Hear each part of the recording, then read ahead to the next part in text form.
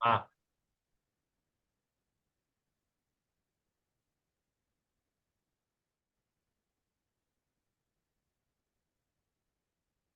ચિંતા સંતાન હંતારો યત્પાદાંબુજરેણવ શ્રિયાનાંતાન્નિજાચાર્યાન પ્રણમામિ મુહુર્મુહુ યદનુગ્રહતો જંતુઃ સર્વદુઃખાતિગો ભવેत् તમહં સર્વદા વંદે શ્રીમદ્વલ્લભનંદનમ અજ્ઞાનતિમિરાંધસ્ય જ્ઞાનાંજનશલાકયા ચક્ષુરુન્મીલિतं येन तस्मै श्रीगुरवे नमः नमामि हृदये शेषे लीलाक्षीराब्धिशायनम् लक्ष्मीसहस्रलीलाभिः सेव्यमानं कलानिधिम् चतुर्भिश्च चतुर्भिश्च चतुर्भिश्च त्रिभिस्तथा षड्भिर्विराजिते योऽसौ पञ्चधा हृदये मम आचार्य वाच प्रणमामि भाष्य निबंध सुबोधिनी साहित्यराश्चयास्ता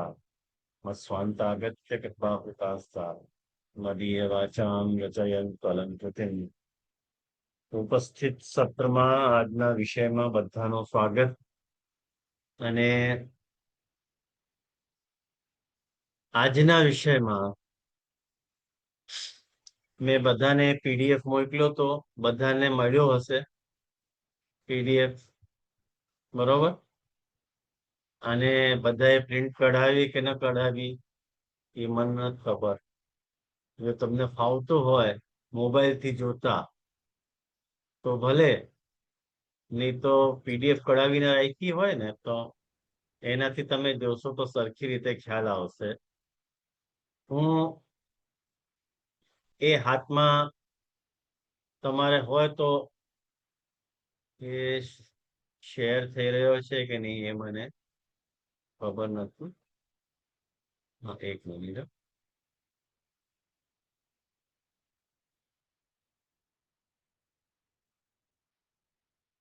તમને દેખાઈ રહ્યું છે?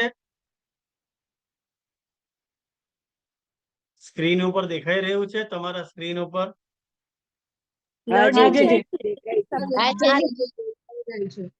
વાહ, સરસ. હવે આવી કઈ ટેકનિક મને યુઝ કરતા હો.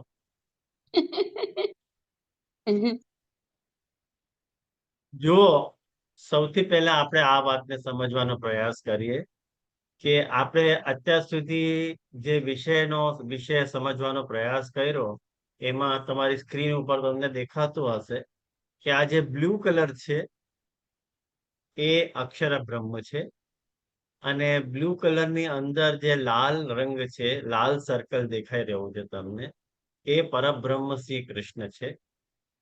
અને આપણે અત્યાર સુધીમાં આ વાતને સમજવાનો પ્રયાસ કર્યો કે અક્ષર બ્રહ્મની અંદર અક્ષર બ્રહ્મ પ્રભુનો ધામ છે, અને એ ધામની અંદર ધામી બિરાજે છે. તો આ જે જુઓ, આ જે એરો મેં દેખાડ્યો છે આને મેં લખ્યું છે કે ધામી કે ધર્મી. અને જે હા, અને અક્ષર બ્રહ્મ જે છે જે તમને અહીંયા દેખાઈ રહ્યું છે એ અક્ષર બ્રહ્મ કોણ છે? પ્રભુનો ધામ છે કે પ્રભુનો ધર્મ કહો, એક જ વાત છે.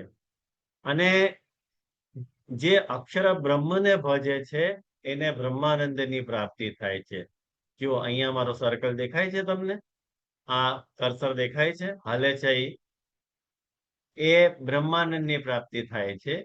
અને જે પરબ્રહ્મ શ્રી કૃષ્ણને ભજે છે એને ભજનાનંદ અથવા પરમાનંદની પ્રાપ્તિ થાય છે. અને આ જે અક્ષર બ્રહ્મ છે એના 5 પાસાઓ છે: કાલ, કર્મ, સ્વભાવ, પ્રકૃતિ અને પુરુષ. પ્રકૃતિ અને પુરુષ અને યલો સર્કલમાં દેખાડેલા છે મેં, અને કાલ, કર્મ, સ્વભાવ મેં ગ્રીન સર્કલમાં દેખાડેલા છે. આ પાંચે મળીને આ આખી અક્ષર બ્રહ્મની એક આખી સિસ્ટમ છે કે અક્ષર બ્રહ્મ જે છે, જે પ્રભુનો ધામ છે કે પ્રભુનો જે ધર્મ છે, એ આવી રીતે ઓપરેટ કરે છે, આવી રીતે કામ કરે છે. અને એમાં આપણે જોઈ શકીએ, જુઓ કે પંચવિધ તત્વોથી ઘટિત જે ક્ષર જગત છે, જે આપણને નરી આંખોથી દેખાઈ રહ્યું છે, એનો અક્ષર બ્રહ્મ જે છે એનો ઉપાદાન કારણ છે. આ અક્ષર બ્રહ્મની પાસે મેં એરો કર્યો છે. આ જુઓ, આ એરો જે તમને બ્લુ દેખાઈ રહ્યું છે, આ અક્ષર બ્રહ્મનો જે બ્લુ એરો છે, એ હું કહેવા માંગુ છું કે આ પંચવિધ તત્વોથી, પંચવિધ તત્વ એટલે કાલ, કર્મ, સ્વભાવ, પ્રકૃતિ અને પુરુષ, આ જે પંચવિધ તત્વો છે એનાથી આખો જે ક્ષર જગત છે, જે નાશવંત જગત છે, એ આપણને, એ જે ક્ષર જગત છે એનો ઉપાદાન કારણ કોણ છે? અક્ષર બ્રહ્મ છે. ખ્યાલમાં આવ્યું તમને? આપણે ઉપાદાન અને નિમિત્ત કારણ ગઈ વખતે જોયું હતું વિસ્તારમાં.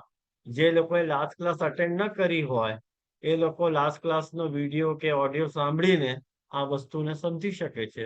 બરોબર? અને જે વસ્તુ હવે જે આગળ આપણે જે વાત સમજવાનો પ્રયાસ કર્યો હતો એ શું હતો કે જુઓ, જ્યારે મહાપ્રભુજી અહીંયા વાત કરી રહ્યા છે એ તદા કાલ પ્રવાહસ્થા દેહ ચિત્તા દયુપ્યુતા, આ જે મહાપ્રભુજીની પંક્તિ છે, તો જે કાલ પ્રવાહની વાત મહાપ્રભુજી કરી રહ્યા છે એ બે પ્રવાહ ચાલી રહ્યા છે. એક કાલ પ્રવાહ છે અને એક ભક્તિનો પ્રવાહ છે. બરોબર છે? એ મેં બે પ્રવાહ શા માટે બતાડ્યા? મહાપ્રભુજી કાલ પ્રવાહની વાત કરે છે અને હું અહીંયા એક ભક્તિનો પ્રવાહ શા માટે એડ કરી રહ્યો છું? આ વાતને ધ્યાનથી સમજવાનો પ્રયાસ કરશો તો તમને સમજમાં આવશે કે નોર્મલી સાધારણ રૂપે જ્યારે જીવ પ્રકટ થાય છે, જીવની ઉત્પત્તિ થાય છે, ત્યારે એ કાલ પ્રવાહમાં જ હોતો હોય, કાલ પ્રવાહમાં જ હોય. કારણ કે કાલ પ્રવાહમાં બેસિકલી બે સૃષ્ટિ કામ કરે છે, આ જળ સૃષ્ટિ અને જીવ સૃષ્ટિ. બરોબર? જળ સૃષ્ટિ અને જીવ સૃષ્ટિ. તો જે જળ સૃષ્ટિ છે એ વ્યક્ત અને અવ્યક્ત થાય છે. એટલે વ્યક્ત એટલે પ્રકટ રૂપે દેખાડે છે અને જ્યારે એનો લય થઈ જાય ત્યારે અવ્યક્ત થઈ જાય. પણ જે જીવ સૃષ્ટિ છે એ વ્યક્ત અને અવ્યક્ત નથી થતી. એ કેવી રીતે ઓપરેટ કરે છે કે જીવ સૃષ્ટિનો જન્મ થાય અને સ્થિતિ કરે અને મૃત્યુ થઈ જાય. આવી રીતે એની મોડસ ઓપરેન્ડી છે જીવ સૃષ્ટિની. સમજમાં આવ્યું તમને? પણ જે ભક્ત હોય છે અને ઠાકોરજીની ભક્તિ કરી રહ્યો છે, એ આ જે કાલ પ્રવાહ છે એ કાલ પ્રવાહમાં ભક્ત તણાતો નથી. ભક્ત જે છે આ કાલ પ્રવાહથી દૂર રહે છે, એ ભક્તિ પ્રવાહમાં ફરે છે. એ મારો કહેવાનો મુખ્ય પ્રયોજન હતો અહીંયા. ખ્યાલમાં આવ્યો ને તમને?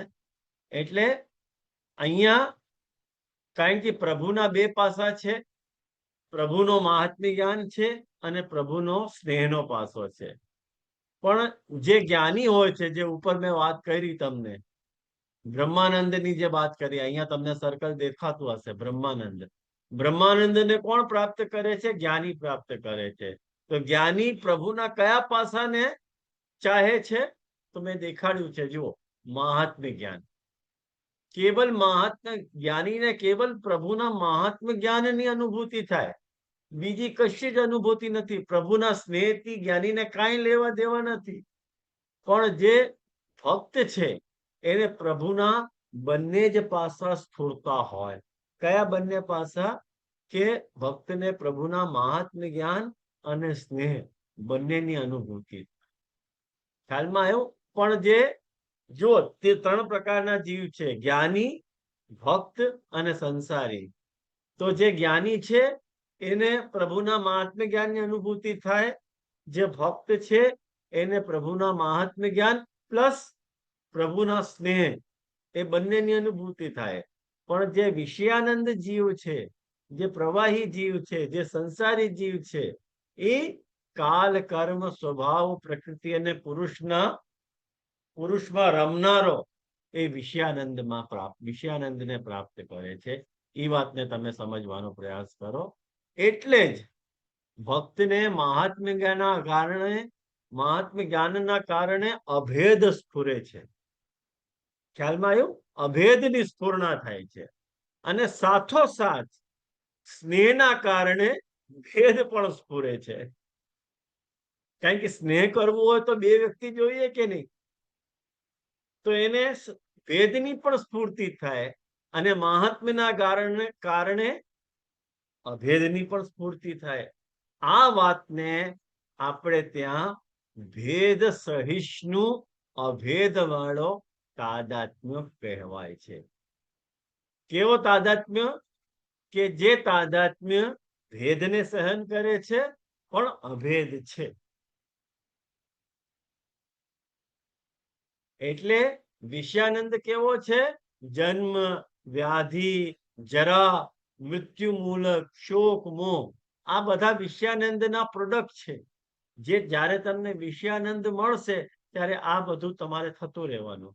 આ થતું જ રહેશે. જન્મ થશે, વ્યાધિ આવશે, જરા આવશે, મૃત્યુ મૂલક શોક મોહ થતા જ રહેશે. પણ જે બ્રહ્માનંદ છે એ બ્રહ્માનંદ કેવો છે? જ્ઞાની શું કરે છે? જ્ઞાની જે છે અક્ષર બ્રહ્મમાં લીન થઈ જાય છે. એના લીધે એને કોઈક દિવસ જન્મ પાછો લેવો નથી પડતો. એને કોઈ પ્રકારની વ્યાધિ નથી થતી. એને જરા બાધિત નથી થતી. એ અમર થઈ જાય અને કેવલ શાંત રસાત્મક એને અનુભૂતિ થાય.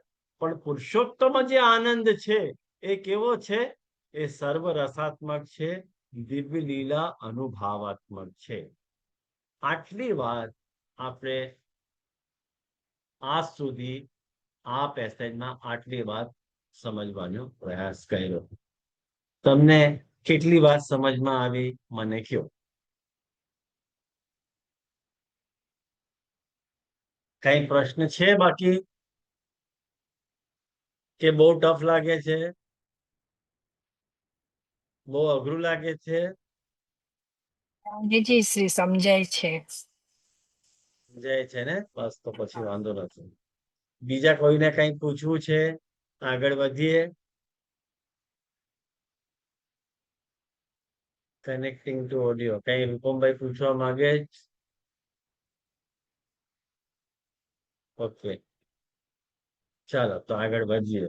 પેજ નંબર તહાં એ શંકા હોતે, ત્યાંથી આપણે વાંચવાનું છે. બરોબર? મળી પંક્તિ?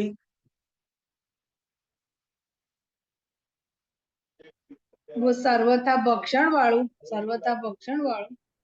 हाँ एक नहीं, शंका होती ये મારામાં साते પેજ 50 નંબર 599 પર છે. ये તમારા પેજ बहिर्मुख નંબર है। 611 है। 611 611 611 पे है आपके यहाँ। मेरे में पेज नंबर 599 पे है। तहाँ ये शंका होत है, जो अपनो मार्ग तो प्रमेय बल को है और विधि निषेध को प्रमाण बल प्रमेय के आगे तो टिक सकत नहीं। ताते पुष्टि मार्ग में पुष्टि प्रभु सु संबंध जुड़े पे छे, काल की कहा सामर्थ्य जो पुष्टि प्रभु को छुड़ाए के અંગીકૃત નિજ જીવન કો નાશ કરી શકે. આ વાતને બહુ ધ્યાનથી સમજવાનો પ્રયાસ કરો. બહુ ગંભીર વાત છે.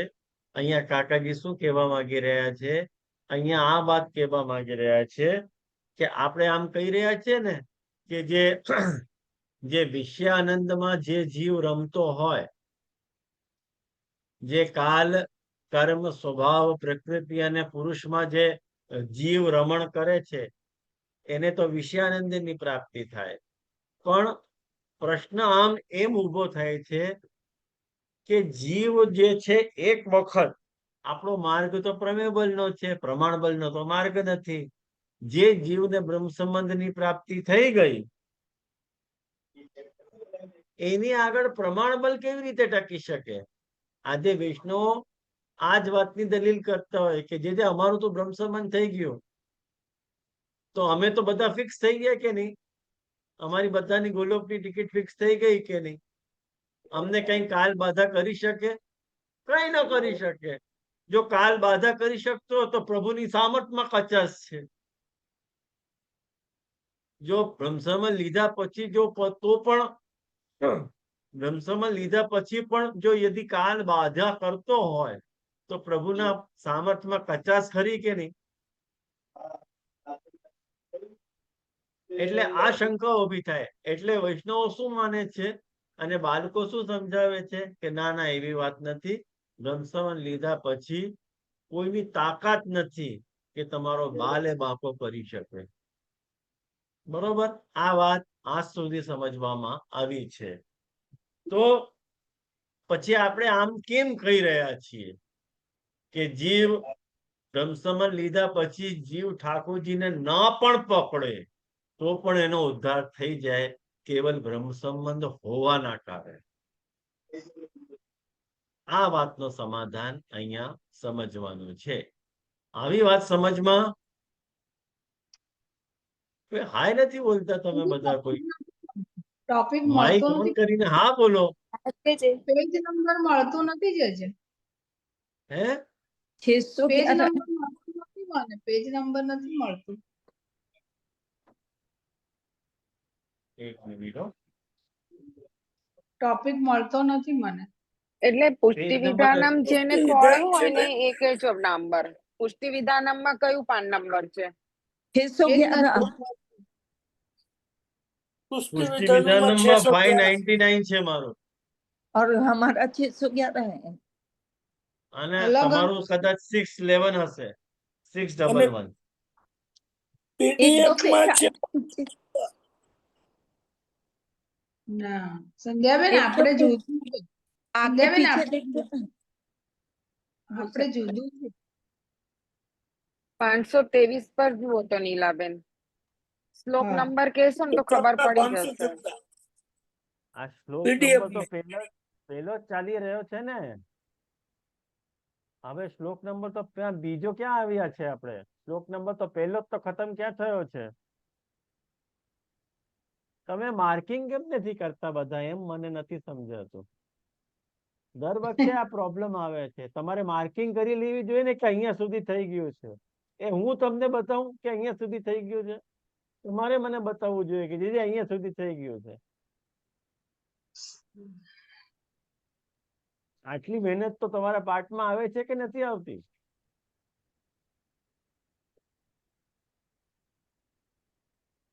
હવે આગળ વધુ કે નહીં? મળી ગયું બેન? જવા દો, ન મળતું હોય તો વાંધો નહીં. ચાલો આપણે આગળ વધીએ. 514 પર જવું. 514 નહીં, 614 છે. તમારામાં કેટલા પાના ઉપર છે? 611 पे दीजिए हमारा। 611 पे. જો કાલ પ્રવાહ અને ભક્તિ પ્રવાહ જ્યાં લખી રહ્યું છે ને એના 2 પેજ પછી તહાં ये शंका होत है, ત્યાંથી હું વાંચી રહ્યો છું.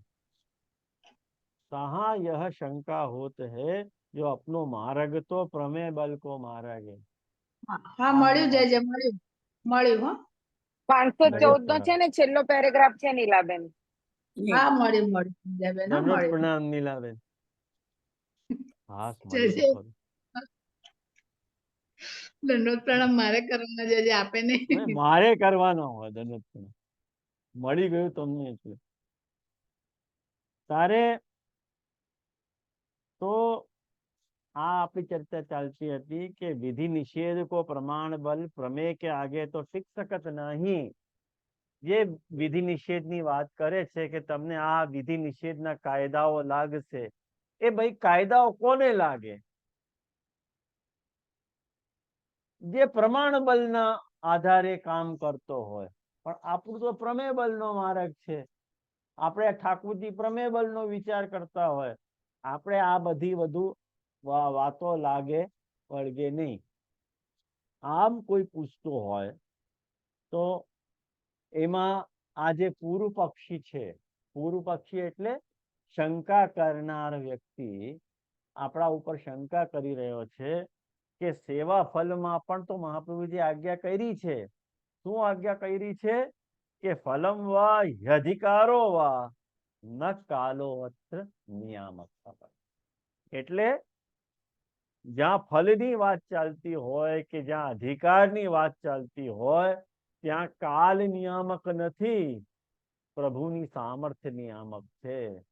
તો પછી તમે એમ કેમ કહી રહ્યા છો કે કાલ પ્રવાહમાં બધા વહી જવાના, કાલ પ્રવાહમાં બધા વહી જવાના, એમ કેમ કહો છો? એ નતું સમજાતું.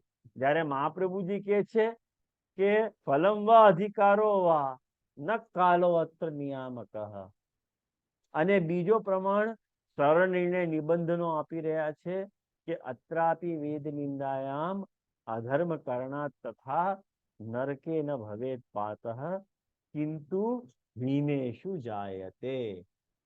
આ પંક્તિ નથી લખી, પણ એના આગળની પંક્તિ છે. સરળ નિર્ણય નિબંધમાં મહાપ્રભુજી આજ્ઞા કરે છે કે જે વેદની નિંદા કરે છે, વેદની જે નિંદા કરે છે ને અને અધર્મ કરે છે, એને નરક તો નથી મળતો, પણ હીન યોનિમાં જન્મ મળે છે. ખ્યાલમાં આવ્યો? આ વાત મહાપ્રભુજી આજ્ઞા કરે છે સૌનિર્ણય નિબંધમાં. એટલે काल की कछु सामर्थ्य या प्रमेय मार्ग में संभवे नहीं. કાલની કોઈ સામર્થ્ય નથી આ માર્ગમાં. આ માર્ગ તો પ્રમેય બલનો માર્ગ છે, પ્રમાણ બલનો માર્ગ નથી. એક વખત બ્રહ્મ સંબંધ લઈ લીધું એટલે દાઈનો ઘોડો રમતો જમતો છૂટતો, પછી કઈ કરવાની જરૂર નથી. આપણી ગાડી ઠાકોરજી ચલાવવાના છે, બસ. આ શંકા છે. ખ્યાલમાં આવ્યું?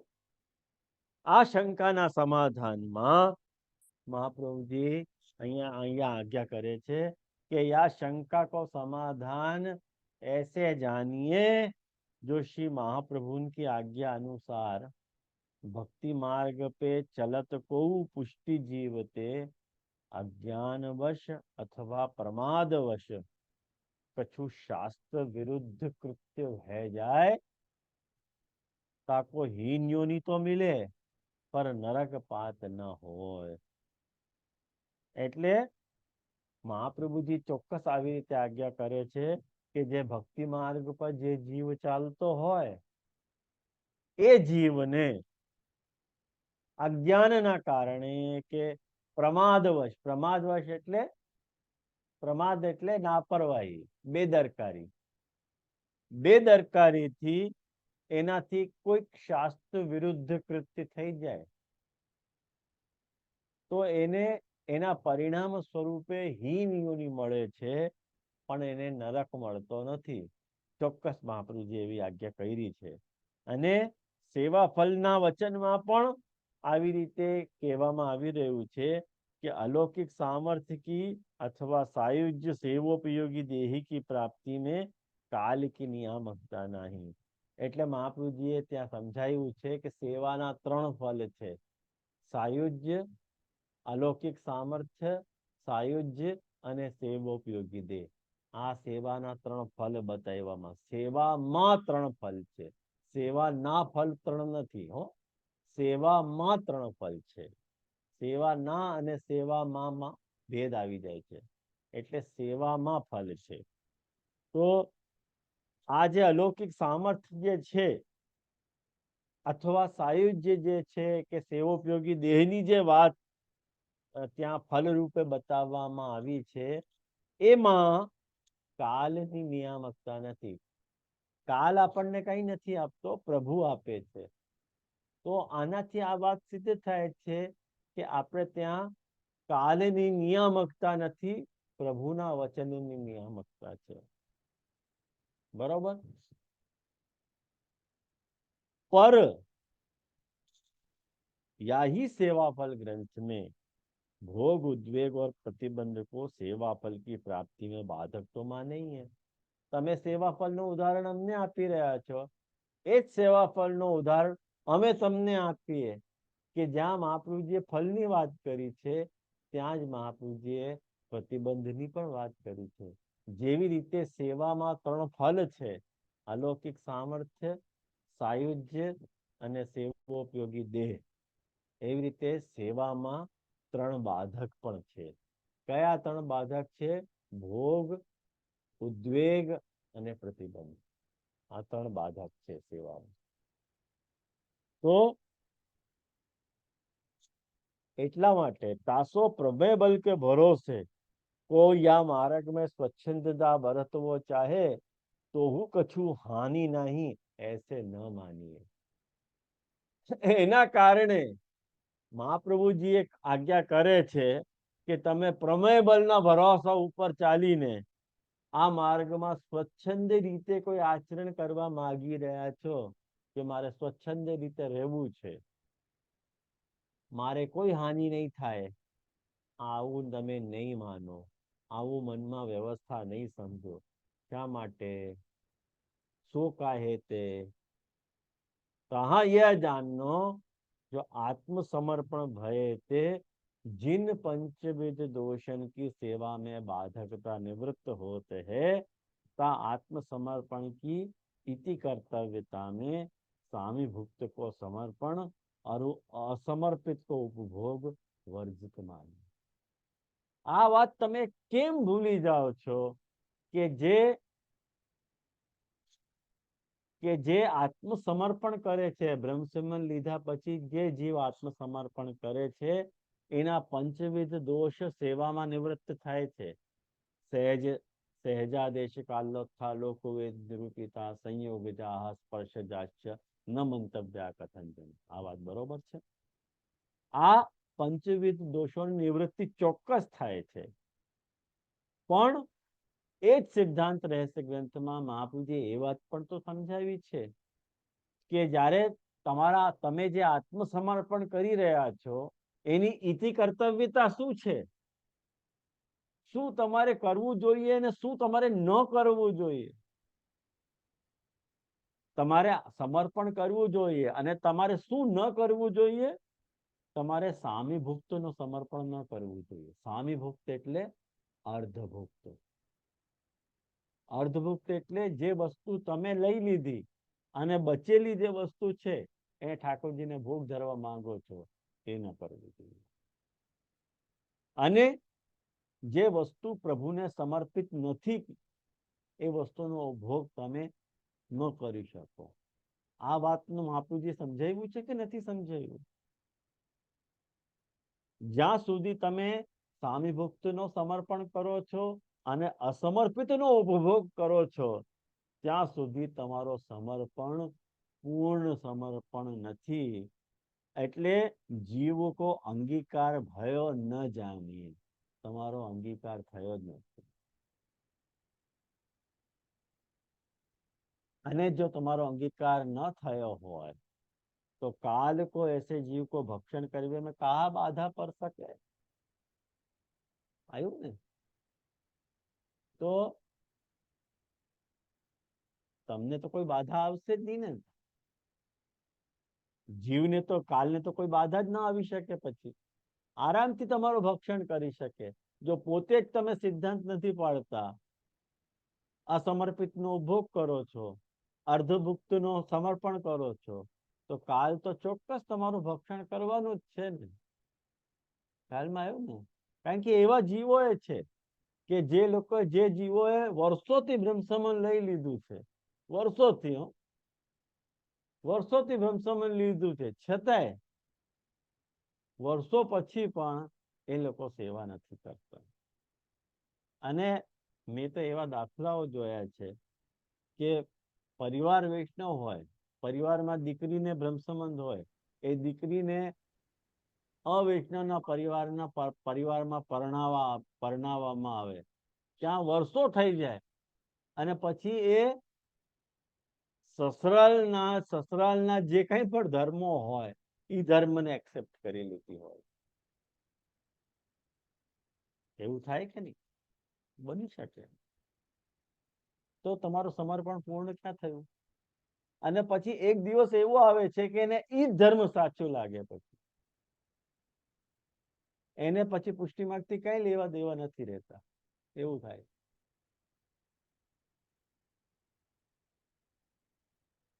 તો જ્યારે આપણે આ પરિસ્થિતિમાં હોઈએ ત્યારે તો કાલ આપણો ભક્ષણ કરી શકે કે ન કરી શકે? ત્યારે પણ તમે આમ કહેશો કે અમારું કરી ભ્રંશમન થઈ શકે. ગયું છે?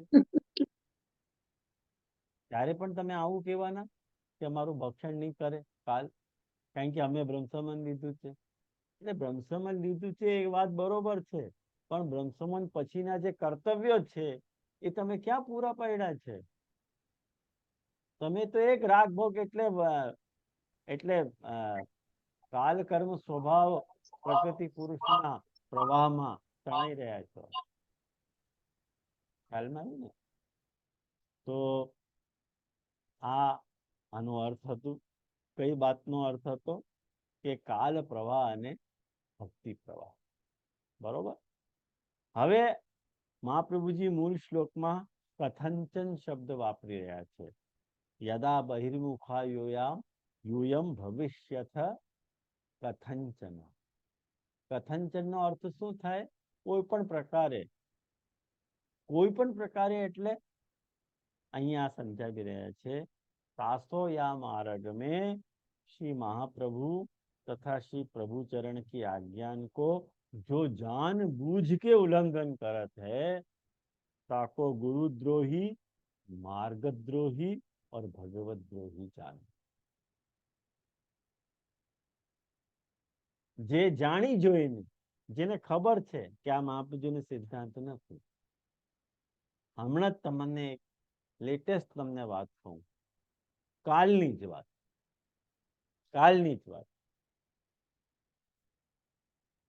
મારી અમારા કોઈ જાતિના વલ્લભકુલના બેટીજી છે, નામ નહીં આપું તમને. એ બેટીજી જોડે વાત ચાલતી હતી. એ બેટીજીનું આમ કેવું છે કે ઠાકોરજીને આપણે કાંઈ પણ, અમે તો વર્ષોથી આવી રીતે જ કરતા આવ્યા છે. મને કહેતા હતા કે આપણને કાંઈ પણ વસ્તુ લેવી હોય તો કોઈ પણ ચિત્રજીને આમ ભોગ લગાડીને આમ કરી શકે કે નહીં? આપણે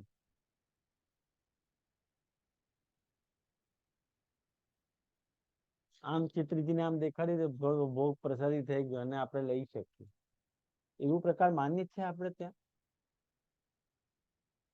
નથી. કરી શકાય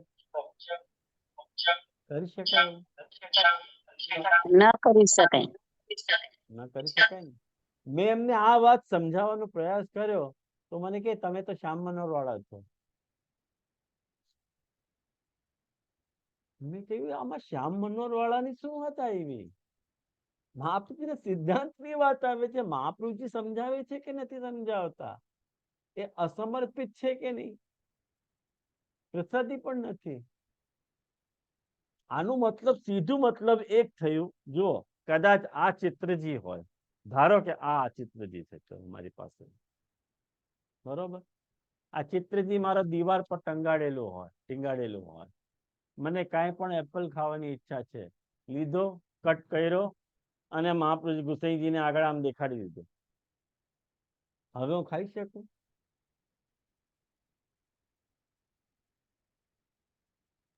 એટલે આ ચિત્રજી તમારી પ્રસાદી કરવાની મશીન છે? આ ઠાકોરજી છે કે પ્રસાદી કરવાની મશીન છે? શું સમજો છો તમે? ભક્તિનો કયો સ્વરૂપ તમે સમજી ગયા છો? તમને ખબર જ નથી ભક્તિ શું હોય છે. ઠાકોરજીને ટાઈમપાસ તરીકે વાપરી રહ્યા છો. અને મેં વધારે કન્વિન્સ કરવાનો પ્રયાસ કર્યો કે એ તો બરોબર છે, પણ અમે આવી રીતે ન માનીએ, કારણ કે પોતાને હવેલી ચલાવી છે. બેટીજી થઈને એમની હવેલી ચાલે છે. હવે કયા બેટીજી છે મને નહીં પૂછતા તમે, પણ આવું છે, આવું થાય. કે તમે તો શ્યામ મનોહર વાળા છો ને, તમને કન્વિન્સ કરવા બહુ અઘરું છે. કે એવી વાત જ નથી. સિમ્પલ ભક્તિની વાત છે. આમાં કોઈ આડી તેડી વાત જ નથી. તમે શાંતિથી આ પ્રક્રિયાનો સ્વરૂપ સમજશો તો તમને પ્રક્રિયા એવી ગંદી દેખાશે કે ઠાકોરજી આપણા પ્રસાદી કરવાની, જેવી રીતે અમારે ત્યાં બાળકોના ઘરમાં તપેલીમાં બિરાજતા જે ઠાકોરજી હોય એમની આવી જ દુર્ગતિ થતી હોય. અમારે ત્યાં જે તપેલીમાં સ્વરૂપ બિરાજતા હોય કિચનમાં, એને અમે તપેલીના સ્વરૂપ કહીએ. એ નીચે મંદિરમાં ન બિરાજે, ઉપર બિરાજે. એ તપેલીનો સ્વરૂપ અમારે ત્યાં જે ખવાસ હોય એ સ્નાન કરીને ઈ એમને જગાડે. સવારે 6-7 વાગે ગમે ત્યારે નાહીને આવે ત્યારે, અને રાતના 11-11:30 વાગે અમારું કામ પૂરું થાય ને ત્યારે એમને પોઢાડવામાં આવે. ત્યાં સુધી એ જાગતા જ હોય. શા માટે જાગે છે? તમને જે વસ્તુ ખાવી હોય ને એને પ્રસાદી કરવા માટે. અને એને અમે નામ આપીએ છીએ કે અમારા તપેલીના ઠાકોરજી છે. હવે વૈષ્ણવ શું શીખવાનું? અમારાથી 1000 ટાઈમ બેટર છો તમે બધા વૈષ્ણવ. તમે કમથી કમ આવું તો નથી કરતા. તમારે ત્યાં કોઈ એવા આવી રીતે તપેલીમાં નથી બિરાજતા ઠાકોરજી, પણ અમારે રાખવી પડે આવી વ્યવસ્થા. શા માટે? કારણ કે હવેલી ચલાવી છે ને એટલે. અમે પણ 100% જાણીએ છીએ કે હવેલીમાં આવા તપેલી ઠાકોરજીને નીચે બિરાજમાન ન કરી શકાય, કારણ કે પુષ્ટાવેલા નથી, એટલે અમે બિરાજમાન કરી ન શકીએ. અને નીચે હવેલીમાં બિરાજતા જે ઠાકોરજી હોય એને ચટપટી વસ્તુ ભોગ ન ધરી શકાય, કારણ કે 2.5 વર્ષનો ઠાકોર છે આપણો. અને અમને ચટપટી વસ્તુ ખાવી હોય તો કરવું શું? પ્રોબ્લેમ છે ને. તો આવી એક વ્યવસ્થા અમે ઊભી કરી કે તપેલીને ઠાકોરજીને બિરાજમાન કરો, એ પ્રસાદી કરીને આપતા જ રહેશે આપણને ગમે ત્યારે જે જોઈએ તે. તમને બ્રેડ ખાવું હોય તો, તમને ચટણી ખાવી હોય તો, તમારે ઢોકળા ખાવા હોય તો, તમારે ટામેટા ખાવા હોય તો, જે ખાવું હોય એ તપેલી ઠાકોરજીનો પ્રસાદી થઈ ગઈ ને. તો હવે મહાપ્રભુજીનો નિયમનો પણ બાદ નથી આવતો. આવી જાતની વ્યવસ્થામાં આજે આપણો સંપ્રદાય આપણે જીવી રહ્યા છીએ. આ સંપ્રદાયની જે વ્યવસ્થા આજે ચાલી રહી છે એ આપણને ક્યાં લઈ જશે? વૈષ્ણવને ગરીબને ખબર નથી બિચારાને કે બાળકો આવી રીતે કરતા હોય. ગમે ત્યારે કોઈ પણ આવી જ્યાં તમને હવેલી જોવા મળે ત્યારે ઉપર જઈને જોજો ખરા, તમને આવી વ્યવસ્થા મળે છે કે નથી મળતી. જે લંડનમાં તો બાળકો લંડનમાં તો બાળકો 10-10 કિલોની કેક બનાવીને એકબીજાને મોંમાં દે તો જૂઠણ ન થાય? થાય જ નહીં. તો પછી વૈષ્ણવ શીખે કે શું? એ જ વાત છે ને. આવી જ રીતની વ્યવસ્થા છે. તો આ વાતને સારી રીતે ધ્યાનથી સમજવાનો પ્રયાસ કરો. જો આપણું વર્તન જો આવા પ્રકારનું હોય તો ચોક્કસ આપણે કાલના પ્રવાહમાં જીજી આપનો વોઇસ બહુ નાનો થઈ ગયો છે. મારો વોઇસ નાનો થઈ ગયો છે એમ? ફૂલ સાઉન્ડ છે મારે એમ. હજી ઇયરફોન્સ લગાવ્યા ને પછી જરા ઓછો થઈ ગયો. અચ્છા એવું છે. જીજે એનું માઇક હવે આવી પાસે રાખો ને. હા બસ આવ્યું. હા, હવે હવે પરફેક્ટ આવી રહ્યું છે. હા એકદમ જીજી. તો આવી જાતની વ્યવસ્થામાં જ્યારે આપણે જીવી રહ્યા છીએ તો ચોક્કસ કાલ પ્રવાહ હસ્ત આપણે થઈ જવાના. અને કથંચન એટલે તમને જે જાણી જોઈને મહાપ્રભુજીની અને ગુસાઈજીની આજ્ઞાનો જાણી જોઈને ઉલ્લંઘન કરી રહ્યો છે એ ગુરુદ્રોહી છે, માર્ગદ્રોહી છે અને ભગવત દ્રોહી.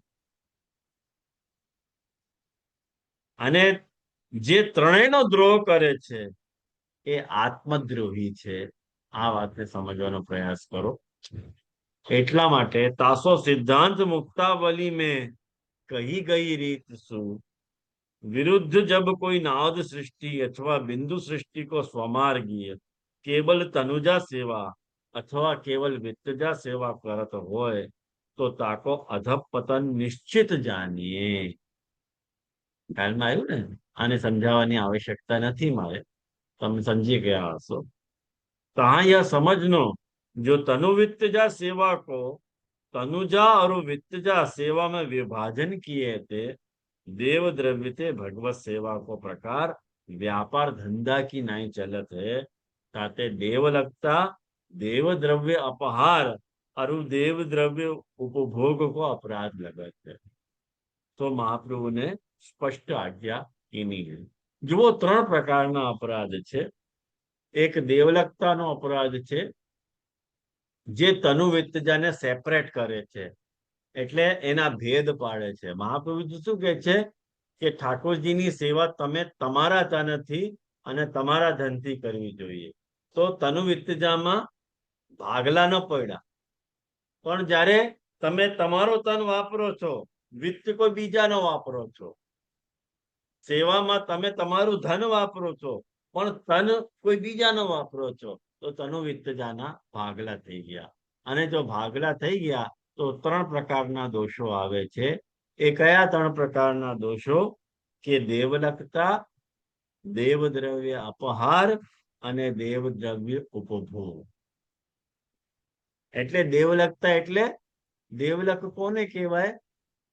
દેવલક એને કહેવાય કે જે એક પીઢી નહીં 3 પેઢી સુધી ઠાકોરજીના દ્રવ્યથી દ્રવ્યોપાર્જન કરતો હોય, એ પછી દેવલક થઈ જાય। એક પેઢી નહીં હો, 3 પેઢી સુધી। કેટલો ઉદાર છે આપણો શાસ્ત્ર, તમે વિચાર તો કરો કે એક આખા જન્મમાં તમને હોશ ના આવ્યો, પણ 3 પેઢી સુધી જો તમને હોશ ના આવતો હોય, તો પછી શાસ્ત્ર કહે છે કે તમે હવે દેવલક છો। દેવલક કોણ હોય છે ખબર છે? જેને અડીને તમે પોતે છોઈ જાઓ, એને દેવલક કહેવાય। જેવી રીતે જે ચિતાને બાળનાર હોય, જે ચિતાને બાળતો હોય, એને શું કહો તમે ગુજરાતીમાં? શું કહેવાય એને? મને ગુજરાતીનો વર્ડ નથી ખબર, એને અમારે સંસ્કૃતમાં ચાંડાલ કહેવાય, જે ચિતા બાળવાનો કામ કરતો હોય। हाँ, हिंदी में भी चांडाल। હા, તો દેવલક જે હોય છે એ ચાંડાલ થી પણ ગયો વીતો છે, એના કરતા ચાંડાલ સારો। 3 પેઢી સુધી તમે તમારો વ્યવહાર, તમારું જીવન દેવ દ્રવ્યના ઉપભોગથી ચલાવી રહ્યા છો, તો પછી તમે દેવલક ટાઇટલ મળી જાય। અને દેવદ્રવ્ય અપહાર કોને કહેવાય? એ દેવલકતા નથી। દેવદ્રવ્ય અપહાર એટલે ઠાકોરજીનો પૈસો હોય, એ તમે લઈ લ્યો, એને દેવદ્રવ્ય અપહાર કહેવાય। કોઈ ઠાકોરજીના માટે તમને પૈસા આપ્યા હોય અને એ તમે તમારા માટે ખર્ચી નાખો, તો એને દેવદ્રવ્ય અપહાર કહેવાય। બરોબર? અને દેવદ્રવ્ય ઉપભોગ એટલે શું છે કે ઠાકોરજીના નામથી કોઈ વસ્તુ તમે ઠાકોરજીના પૈસાથી કોઈ વસ્તુ ઠાકોરજીને ભોગ થઈ રહી હોય, એ પ્રસાદ રૂપે તમે લઈ લ્યો, તો એ દેવદ્રવ્ય ઉપભોગ છે। આ 3 અપરાધ છે। આ 3 અપરાધ ક્યાં લાગુ પડે છે? ફરીથી એક વાર ધ્યાનથી સમજવાનો પ્રયાસ કરો। જ્યાં સાર્વજનિક પ્રતિષ્ઠા હોય છે, ત્યાં દેવદ્રવ્ય ભોગનો અપરાધ નથી। કારણ કે સામાજિક વ્યવસ્થામાં જ્યાં પરાર્થ પ્રતિષ્ઠા છે, જેવી રીતે તિરુપતિ બાલાજીમાં, પાંડુરંગ વિઠ્ઠલનાથમાં, રંગનાથ સ્વામીમાં, બદ્રિકાશ્રમમાં, આ બધા મંદિરોમાં જે દેવ બિરાજે છે અને ત્યાં દેવની જે વ્યવસ્થા છે, ત્યાં દેવની વ્યવસ્થા બધાના પૈસાથી ચાલે છે। તો બધાના પૈસાથી જ્યારે વ્યવસ્થા ચાલે છે, તો બધાનો અધિકાર દેવ ઉપર હોય છે। તો ત્યાં દેવ દ્રવ્યનો ઉપભોગ નથી, એ અપરાધ નથી લાગતો। કારણ કે બધા જ આપે છે, તો બધાના ઠાકોરજી છે, તો બધા જ આપી શકે, તો પ્રસાદે લઈ શકે। પણ જ્યારે તમે એમ કહો છો કે ઠાકોરજી મારા છે અને પૈસા બીજાથી લ્યો છો, ત્યારે એ દેવદ્રવ્ય ઉપભોગનો અધિકાર પાપ લાગે, અપરાધ લાગે. આ વાત સ્પષ્ટતાથી સમજમાં આવી? આજે જે એક શંકા છે, હા, પૂછું જરા મારી અલ્પ બુદ્ધિથી પૂછું, માફ કરજો. મને આપે એમ કહ્યું કે ઉપર તપેલીના ઠાકોરજી હોય તો એ પુષ્ટ ન થયેલા હોય, અને નીચે હવેલીમાં બિરાજતા હોય પુષ્ટ થયેલા ઠાકોરજી હોય. તો જે વલ્લભકુલ છે એ નીચેના ઠાકોરજીનો પ્રસાદ ના લે, પણ એ ઉપર જે હોય એને ધરીને લે, તો આપણે જે નીચે પ્રસાદ લે એ દેવ દ્રવ્ય થઈ જાય. નીચે વાળો હા, એ જો ઠાકોરજીના નામથી લેતા હોય તો દેવદ્રવ્ય થઈ ગયું ને. જે અગર ટ્રસ્ટ હોય તો એમાં શું ફરક પડે, મને ઈ જાણવું છે. કેટલી ટ્રસ્ટ બધી હોય તો ટ્રસ્ટ કોના હવેલી નામનો હોય, ટ્રસ્ટ છે? કોના નામનો ટ્રસ્ટ છે? એ તો એવી રીતે જ નામનો ટ્રસ્ટ તો ભગવાનનું જ નામનો ટ્રસ્ટ હોય છે, એવી તો એવું જ તો પૈસા લખેલું હોય. કોના થયા? પૈસા કોના થયા? ઠાકોરજીના, ઠાકોરજીના. તો ખતમ થઈ ગઈ વાત. જેવી રીતે તમારા નામનું ટ્રસ્ટ હોય તો પૈસા તમારા કે કોઈ બીજાના? પણ જે એ તો પછી હું ટ્રસ્ટી થઈ કે ને, એ ટ્રસ્ટની તો ઈ મારા એઝ અ ટ્રસ્ટી ઈ હું એની માલકીન ના થઈ. આજે ટ્રસ્ટનો કન્સેપ્ટ તો ઈ જ થયો ને. જિજ્ઞાબેન, એક વાત કહું, હમ. ટ્રસ્ટ બનાવવું શા માટે પડે? મને એ વાતનો ખુલાસો આપો. પૈસા લેવા માટે, કે ધ્યાન રાખવું હોય કે પૈસા લેવા માટે. તમે તમારું ઘરનું ટ્રસ્ટ બનાવો છો? બનાવીએ ઘણીવાર આપણને એવું કોઈ એનજીઓ નું કામ કરવું હોય તો એમ કઈ સેવા ભાવ તો આપણને એમ થાય આપણે ટ્રસ્ટ બનાવીએ ને એમાંથી આપણે ના કોઈ ના, તમે તમારું ઘરનું ટ્રસ્ટ બનાવો છો ક્યારેક? ના ઘરમાં અમે નથી ભેગા થઈને બનાવતા ને? શા માટે નહીં, નથી બનાવતા? કેમ કે વિશ્વાસ છે બધું ને? હા બધાના ઉપર વિશ્વાસ. ટ્રસ્ટ ક્યારે બનાવવામાં આવે? ત્યારે અવિશ્વાસ હોય ત્યારે. આના પૈસા કોઈ ખાઈ ન જાય એટલે. બરાબર.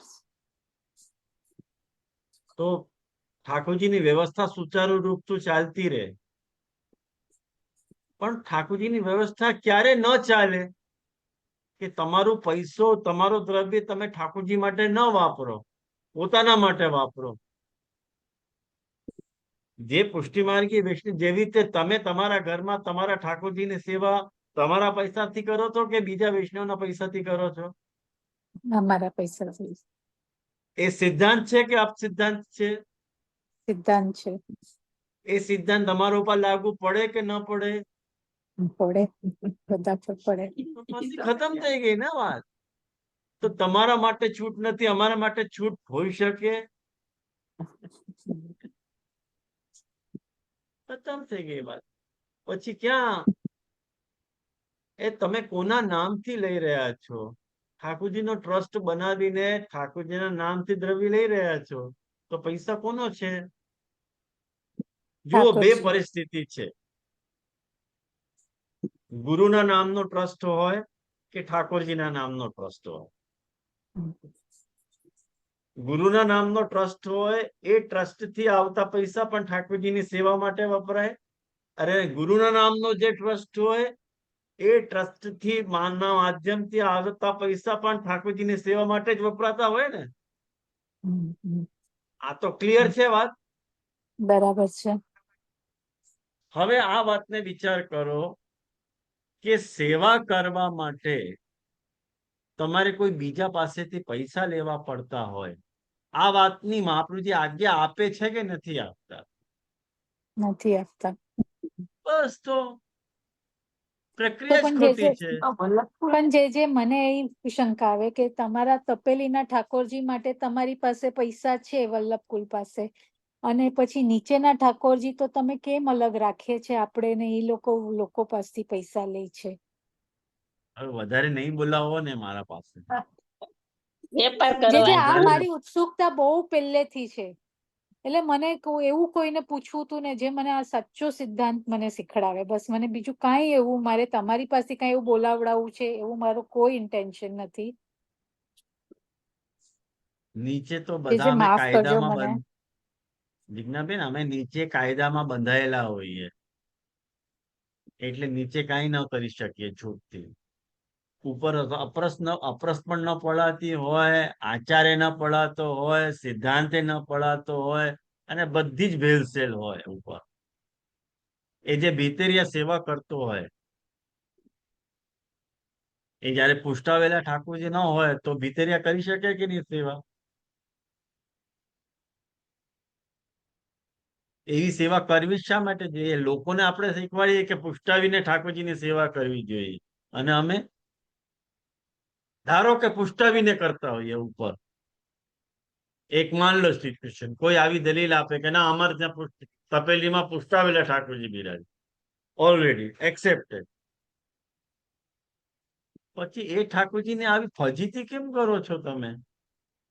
સવારથી જગાડીને રાત સુધી એમને જગાડતા કેમ રાખો છો તમે? કેમ નથી પડાવતા? તો જે એક બીજો પ્રશ્ન થાય કે આપણે તપેલીનો મનોરથ કરાવીએ છીએ, રાઈટ? હવે તપેલીના ઠાકોરજી આપ શું કહો છો કે પુષ્ટાવેલા નથી, ને પછી જેને ત્યાં જે બાળકને ત્યાં આપણે તપેલીનો મનોરથ કરાવીએ તે આપણને પ્રસાદ લેવાનું કહે, તો એ પ્રસાદ પછી આપણે લઈ શકીએ પાછો? એ પુષ્ટાવેલા ઠાકોરજી નથી તો પછી? ઈલાબેન, એક વાત કહું તમને, આ તપેલી શું હતી આ વાતને સમજવાનો પ્રયાસ કરો પેલા. આજે તપેલીનો અર્થ અપભ્રંશ થઈ ગયો. તપેલીનો એ અર્થ નહોતો પહેલા. બાળકો સંપ્રદાયના પ્રચાર અને પ્રસાર માટે પરદેશ પધારતા, અને કોઈ ગામમાં મુકામ એમનો થતો, અને જે વૈષ્ણવને ત્યાં બાળકનો મુકામ થાય, કારણ કે એ કોઈ એક વૈષ્ણવના ત્યાં બાળકનો મુકામ થઈ શકે, બરોબર? અને ધારો કે 15 થી 20 દિવસ મુકામ હોય એ બાળકનો, તો બાળકની બધી વ્યવસ્થા સાચવવી, એ 15-20 દિવસનો ખર્ચો એ વૈષ્ણવ ઉપાડી ન શકતો હોય તો એ તો લાંબો થઈ જાય ને પછી. તો એ લાંબો ન થઈ જાય અને બધા જ વૈષ્ણવોને લાભ મળે, એ બાળકની સેવા કરવાનો. કારણ કે બાળકનું કામ છે સંપ્રદાયનો પ્રચાર અને પ્રસાર કરવો, અને વૈષ્ણવનો કર્તવ્ય છે બાળકને સાચવવું. તો બાળકે સચવાઈ જાય, કોઈ વૈષ્ણવના ઉપર ભાર પણ ન આવે, એ માટે એક તપેલીની વ્યવસ્થા ઇન્ટ્રોડ્યુસ કરવામાં આવી કે પ્રત્યેક દિવસે અલગ અલગ વૈષ્ણવ બાળકને પૈસા આપશે, કે આજે આજનો સવારથી લઈને રાતનો ખર્ચ અમારા તરફથી, બીજા દિવસે બીજા વૈષ્ણવના તરફથી વ્યવસ્થા, ત્રીજા દિવસે ત્રીજા વૈષ્ણવના તરફથી વ્યવસ્થા. આવી રીતે બાળક પણ સચવાઈ જાય અને માર્ગનું કાર્ય પણ થઈ જાય. એને આપણે ત્યાં એક નામકરણ એનો કરવામાં આવ્યું. એને આપણે ત્યાં તપેલી એક કોડવર્ડ છે. તપેલીનો અર્થ એ છે કે તમારા સવારથી લઈને રાત સુધીની બાળકને જે કંઈ પણ જોઈતું હોય એનો ખર્ચ. એને વૈષ્ણવ બાળકને પૈસા આપે છે, આવા તોછડી ભાષા ન વાપરતા એક તપેલી એક વર્ડ ઇન્ટ્રોડ્યુસ કરવામાં આવ્યું, કોડ વર્ડ, કે એનામાં કઈ ખબર ન પડે. અને બાળક પોતાના ઘરે જયારે પ્રવાસમાં પધારતા તો ઠાકોરજીની સેવા તો એમની સાથે બિરાજતી જ હોય ને, તો એમને ભોગ ધરીને લેતા હતા. તો જે આ તપેલીનો મનોરથ થાય. એક મિનિટ. આ વ્યવસ્થા હતી, પણ કાલાંતરમાં હવેલીનો ક્રમ જયારે શરૂ થયો અને જાહેર સેવાનો ક્રમ જ્યારે શરૂ થયો તો વૈષ્ણવોએ પોતાના ઘરમાં સેવા કરવાનું મૂકી દીધું અને બાળકોના ઘરે દર્શન કરવા માટે આવી ગયા. બાળકોએ પણ એમને કઈ શીખવાડ્યું નહીં, એમને પણ સેવા કરવાની એટલે બીજા કાર્ય કરવા પડે, એટલે સેવા કરવી ન પડે, એને મુખ્ય ભીતરે અપોઇન્ટ કરી દીધા. એવી રીતે આખી વ્યવસ્થા કેવસ થઈ ગઈ, ભ્રષ્ટ થઈ ગઈ. ત્યારે કારણ કે આપણે બાળકો આમ શીખવાડતો હોય વૈષ્ણવને કે ઠાકોરજીને આવી વસ્તુ ભોગ ન ધરાય, ટામેટા ભોગ ન ધરાય, કોબી ભોગ ન ધરાય, ફલાનું ઢીકણું કઈ ભોગ ન ધરાય ઠાકોરજીને, અને બધું ખાવાની ઈચ્છા હોય ત્યારે કરે શું? કારણ કે નીચે તો આપણે ધરી ન શકીએ ઠાકોરજીને ભોગ. તો એ જે તપેલીની વ્યવસ્થા પરદેશની હતી, એ તપેલીની વ્યવસ્થા આપણે ઘરમાં પોતાના ઘરમાં ઇન્કોર્પોરેટ કરી લેવામાં આવે કે ચલો તપેલીના ઠાકોરજી અમારે ત્યાં બિરાજે છે. તપેલીના ઠાકોરજી બોલવું, એ બોલવું જ સૌથી મોટું અપરાધ છે. કારણ કે તપેલીના ઠાકોરજી નથી હોતા, ઠાકોરજી માટે તપેલી હોય છે. જે રીતે આપણી બાને આપણે બાપની ઓરત બોલીએ કોઈ દી? વાત સાચી છે કે ખોટી છે? તમારી સાચી બા છે. બાપની ઓરત છે કે નહીં? છે. બાપની ઓરત તો છે જ ને, પણ કહેવામાં કેવું તોછડું પણ લાગે. એવી રીતે આપણે તપેલી ને ઠાકોરજી બોલીએ તો એવું જ લાગે, ઠાકોરજી ડિગ્રેડ થઈ જાય. એ તપેલીની વ્યવસ્થા આ સુધી ઓપરેટ કરે. એ પોતાનું તમારે અમારે લૌકિક જીવન ડિસ્ટર્બ ન થાય અને સેવાનો પ્રકાર એક અલગ ચાલતું રહે, એના માટે આ તપેલીની વ્યવસ્થા ઇન્ટ્રોડ્યુસ થઈ છે. વાસ્તવમાં સંપ્રદાયમાં પ્રાચીન બાળકોનો ઇતિહાસ તમે જોઈ લો, મહાપ્રભુજી ગુસાઈજી અને 7 બાળકોનો જે કાલ હતો, એમાં તમે વાર્તામાં કે શિક્ષાપત્રમાં કોઈ ઠેકાણે તપેલીના ઠાકોરજી કરીને એવો કોઈ શબ્દ તમને વાંચવા કે જોવા નહીં મળે. નથી મળતો. હા, હવે પૂછો જે તમે પૂછતા. હા, જે એ જ કહેતી હતી કે પ્રવાસમાં જ્યારે બાળક હોય ત્યારે જ તપેલીનો મનોરથ થતો હોય ને. હવે હવેલીમાં રહી અને તપેલીનો મનોરથ કરવાનો કઈ મતલબ જ નથી ને. નથી. હા, મને એ જ પૂછતી એ હતી. વ્યવસ્થા પહેલા પ્રવાસ પૂરતી હતી. પ્રવાસ પૂરતી. હવે તો હવેલીમાં રહીને પણ એક- થાય છે ને. જે હવેલીમાં એક રહીને વાત પણ એક વાત હું તમને કહું નીલાબેન, હું મારો પર્સનલ અનુભવ કરું છું કે જે લોકો પીઠાધીશના ઘરના હોય છે બાળકો,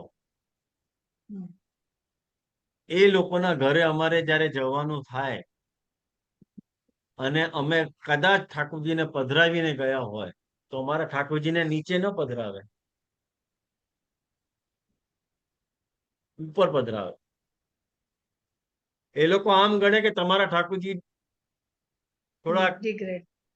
ઓછા વોલ્ટેજના છે અને નીચે ઠાકોરજીનું પ્રસાદી જે ભોગ આવેલું હોય ને એ અમને મોકલાવે ભોગ ધરવા માટે. મારી પોતાની સાથે આવું બનાવ બન્યું છે એટલે હું કહી રહ્યો છું. ત્યાં એ વખત હતા ને આજનો સમય છે, મેં એ બાળકના ઘરે ઠાકોરજી લઈ જવાના બંધ કરી દીધા. વ્યવહાર નથી હવે. જે તમારા ઠાકોરજીની ઇજ્જત ન કરતો હોય એવાના ઘરે જઈને કરવું શું? પોતાના ઠાકોરજીને સર્વસ્વ તમે ગણો તો અમારા ઠાકોરજી ઠાકોરજી નહીં, તમારા ઠાકોરજી ઠાકોરજી છે. અમારા ઠાકોરજી નિધિના મહાપ્રભુજીના સેવી. અરે મહાપ્રભુજીની પેલા કોના હતા સેવી? વૈષ્ણવના હતા કે તમારા હતા?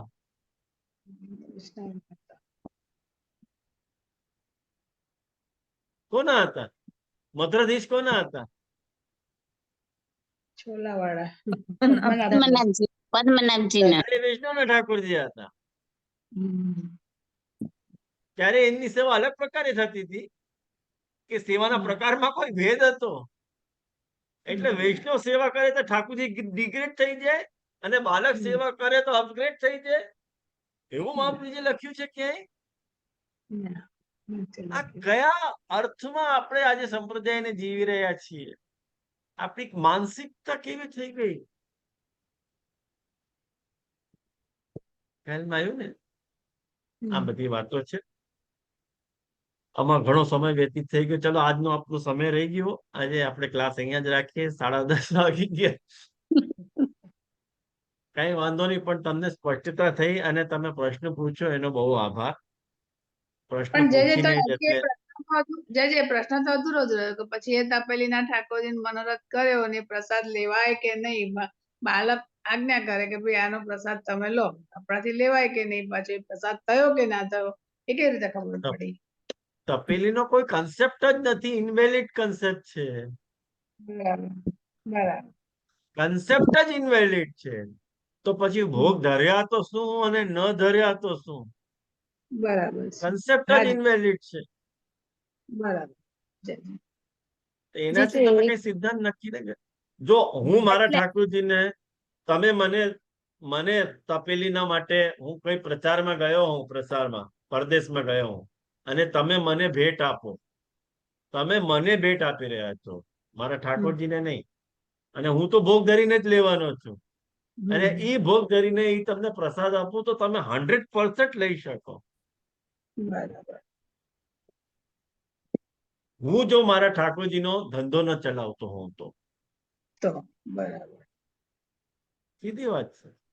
ઠીક છે. તમે બરાબર લઈ જ શકો ને પ્રસાદ. हाँ जय जगन्नाथ। दीजिए एक छोटी सी बात पूछूं कि कोई और पूछ रहा है? હા जी પૂછો. मुझे ये बताओ कि घर में अगर छोटा, ऐसे एकदम छोटा बालक नहीं, लेकिन 8-10 साल का अगर बालक होगा और उसे कुछ खाने का मन हुआ तो एक मंदिर भोग करके हम दे सकते हैं कि, क्योंकि हमारी पूरे दिन की सेवा नहीं रहती है, तो ऐसा हो सकता है? मंदिर भोग के माध्यम से पॉसिबल है, ये अलाउड है अपने. हाँ जी, हाँ कि ठाकुर जी हम पोढ़ा देते हैं राजभोग के बाद, तो ऐसे शाम को अगर कुछ है तो ऐसे मंदिर भोग लेकिन ऐसे fruit- नहीं कि आप मने आप कोई भी अवस्था में अंदर जाके कुछ भी नहीं धर नहीं दे रहे हो, कुछ भी पैर, बाकायदा स्नान करके अपरस में नहा के सिद्ध अच्छा करके ठाकुर जी को भोग धर के समय लेके फिर सरा रहे हो, वो प्रकार अपने यहाँ वैलिड प्रकार है. अच्छा ऐसा नहीं कि दिखा के यूं ले लियो यूं यूं. बराबर है, ठीक है, खेल धन्यवाद नहीं प्रणाम होगा. जी। हाँ धन्यवाद अपने यहाँ तो प्रणाम ये जी। अपन के यहाँ कंठी को धरा लो, इतनी हाँ गुस्सा आवे ना मेरे को ये बात. कंठी को भोग धर के ले ले मैं, क्या कंठी तुम्हारा ठाकुर जी है जो कंठी को भोग धर रहे हो? समझ के क्या रखो है तुमने कंठी? तो यहाँ रखे अपन आश्रय को पद करें. जड़इन चरणन के रो भरोसो, जड़इन चरणन के श्री वल्लभ नख चंद्र छटा बिन, सब जुग माज अंधेरो भरोसो, इन चरणन के साधन और नहीं आकली में, जासु होय निवेरो, सूर कहा कहे विविध आदरो, बिना मोल को चेरो भरोसो, वड़िन चरणन के